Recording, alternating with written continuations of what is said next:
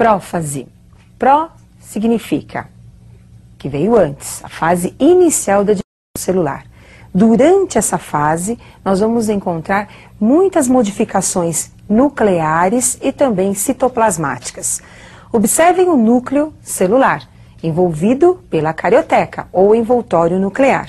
Temos também na prófase os dois centríolos e a formação do áster, são essas fibras em volta do centríolo.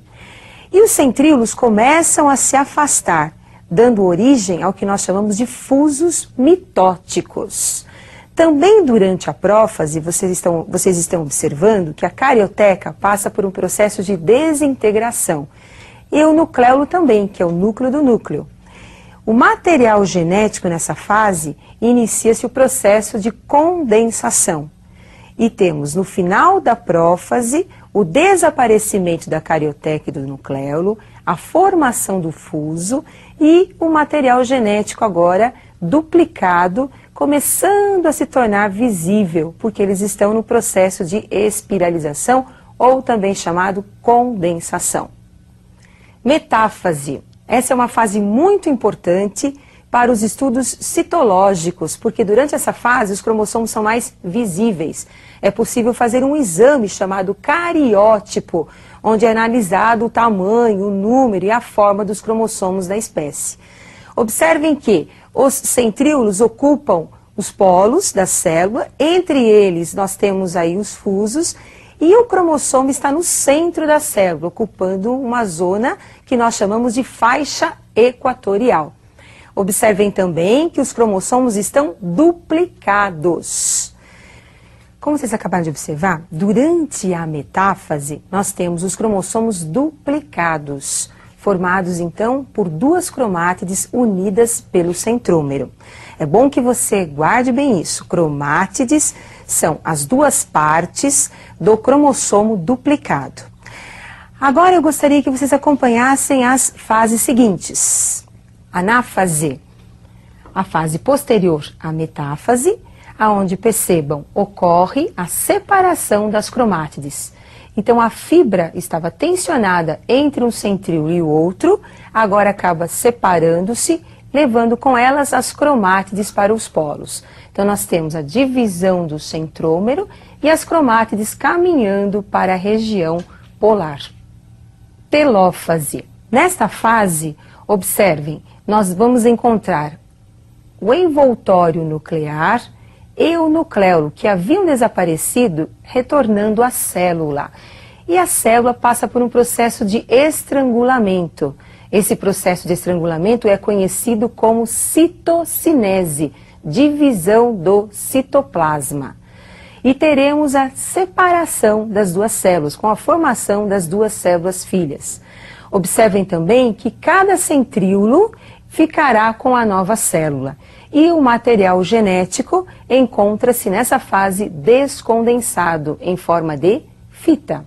Como acabamos de observar, então durante a mitose, uma célula-mãe entra em divisão e forma duas células filhas, idênticas entre si e idênticas à célula-mãe.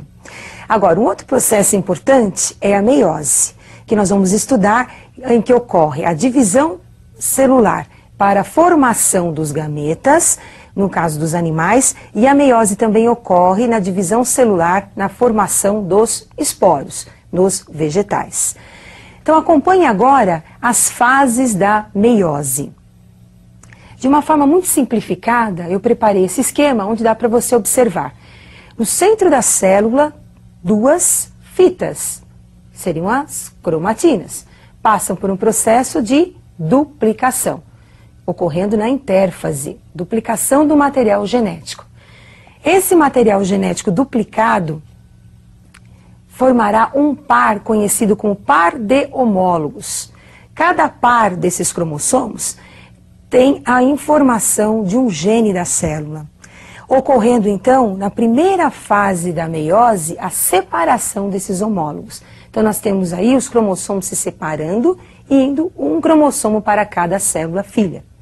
Na fase 2 da meiose, cada um desses cromossomos entrará em divisão e sofrerá separação das cromátides.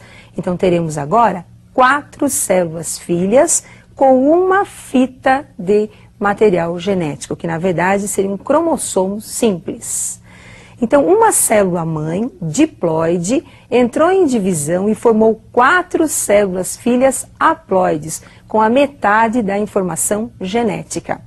Então, como vocês observaram, a meiose ocorre na célula diploide, onde a célula mãe, 2N, dará origem a 4 células filhas haploides. Então, imagina a meiose na espécie humana. A meiose acontece nos testículos e nos ovários.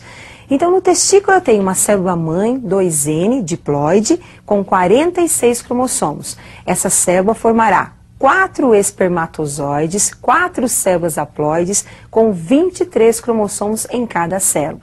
O mesmo vai acontecer com as células do ovário. As células que apresentam 46 cromossomos, diploides, darão origem ao óvulo com 23 cromossomos.